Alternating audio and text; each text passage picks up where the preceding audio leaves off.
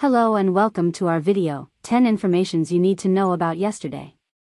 In this video, we'll be covering some of the most important events that took place yesterday, giving you a quick summary of each one. Overnight sailings amid Dover chaos.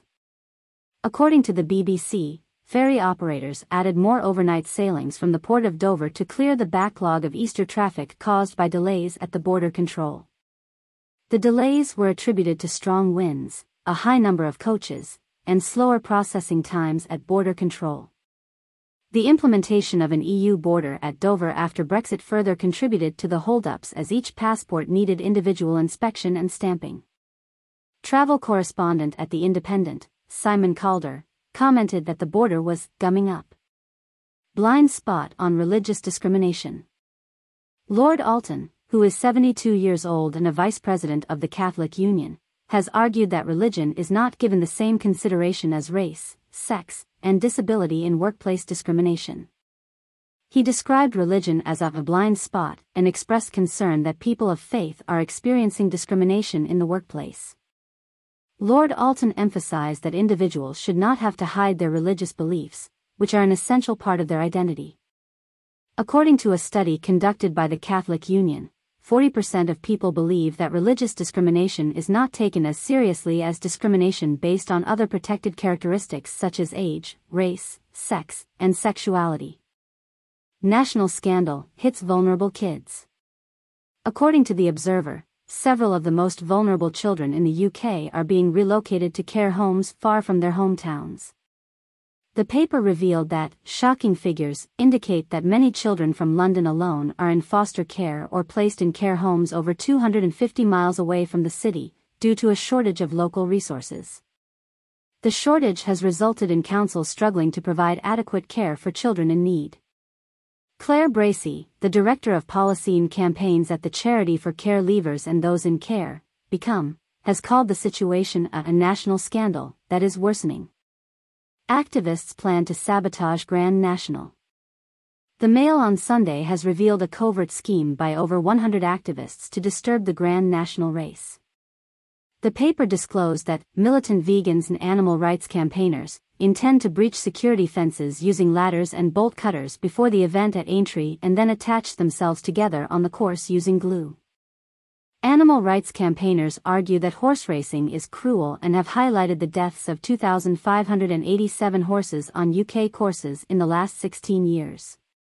Nevertheless, the paper warned that any disruption or cancellation of the race would spark an international uproar. More Brits held by Taliban. The BBC reported that the Taliban is currently detaining 3 British nationals in Afghanistan. Kevin Cornwell, 53, from Middlesbrough, and another unidentified man were apprehended in January, while the third man was detained on a separate occasion. The UK's Foreign, Commonwealth, and Development Office confirmed that it was making efforts to establish consular communication with the detained British nationals and was providing assistance to their families. In June, 5 British nationals who were detained by the Taliban for roughly 6 months were released. Italy to fine for use of English. Proposed legislation by the Prime Minister's Brothers of Italy party could result in fines of up to €100,000 for Italians who utilize foreign words, including English, in official communications. Fabio Rampelli, a member of the lower chamber of deputies, submitted the legislation, which specifically targets the use of English words and is aimed at preventing Anglomania. CNN reported that the draft proposal claims the use of English words degrades and humiliates the Italian language. Furthermore, the legislation contends that the use of English is particularly problematic now that the United Kingdom is no longer part of the European Union. Could staff sue bosses over offence?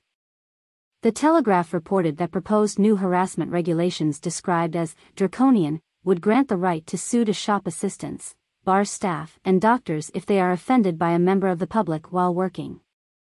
The paper claimed that Rishi Sunak's plans are facing opposition from within the Conservative Party.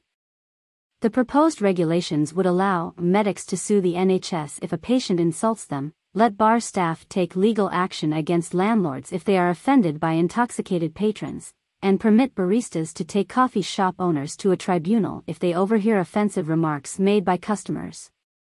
prominent Tories have cautioned that the legislation could result in a police state.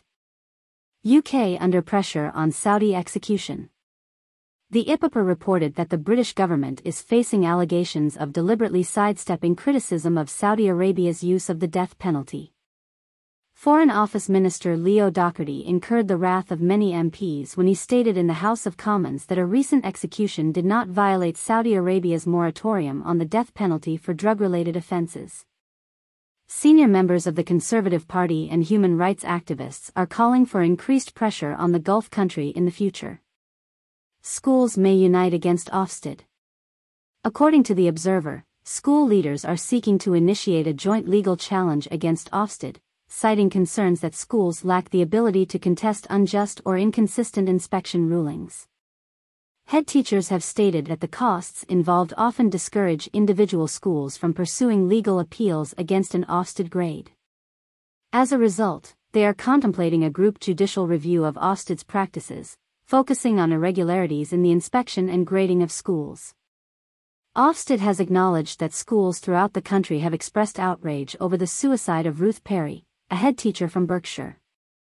Author claims Cobain was murdered. According to The Mirror, an author claims to have evidence that Kurt Cobain was murdered, which rocked the world in 1994. Ian Halperin, who has studied the case for decades, argues that the verdict of suicide has never sat right with many. He said paperwork shows the singer had 70 times the lethal dose of heroin in his system when he was found dead with a gunshot wound to the head, and that it would have been scientifically impossible for the star to have even lifted the gun, let alone pulled the trigger.